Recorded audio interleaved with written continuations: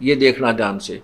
हे पुत्रो, यह कृत्य यानी सतिथि, उत्पत्ति, सतिथि और संहार, यह कर्तव्य आपने तप से प्राप्त किया है। आप पर डले ढोके ब्रह्मा और विष्णु शिव ने तप किए, तप के प्रतिफल में इनको को एक एक विभाग दे दिया, इनमें सिद्धियां पैदा की। पहले तो जैसे ब्रह्मा ने 1000 वर्ष तक तप किया, फिर 4 युग तक तप किया, विष्णु जी ने 12,000 वर्ष तक तप किया, विष्णु शिव जी ने 88,000 वर्ष तप किया।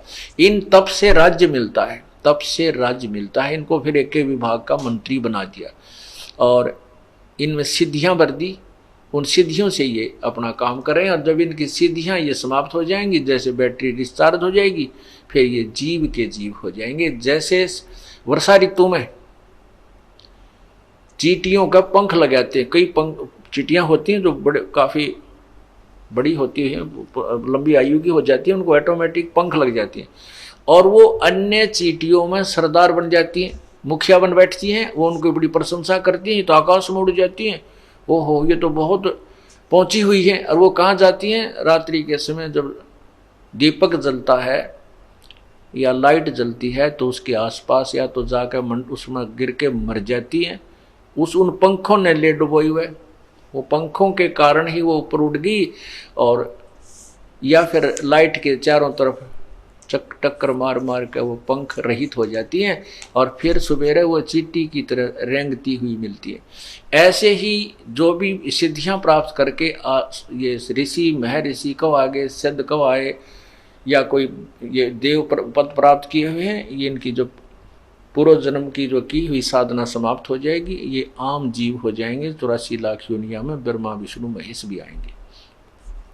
अब यहां ये कहता है काल कि हे पुत्रो, यह कृत्य आपने तप से प्राप्त किया है, जो कि सृष्टि की उत्पत्ति और पालन कहता है। सो मैंने प्रसन्न होकर तुम्हें, ये काल कहता, तुम्हें दिया है।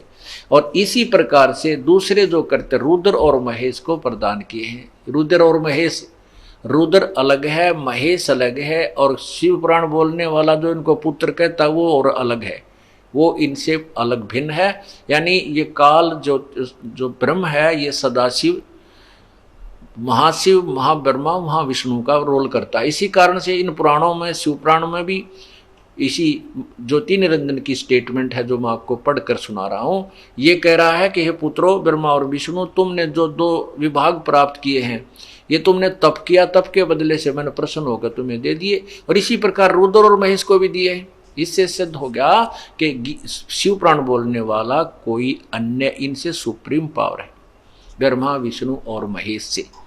देखो नीचे, इसी प्रकार से दूसरे जो करते हैं, इसी प्रकार से दूसरे जो करते हैं रुद्र और महेश को प्रदान किए हैं।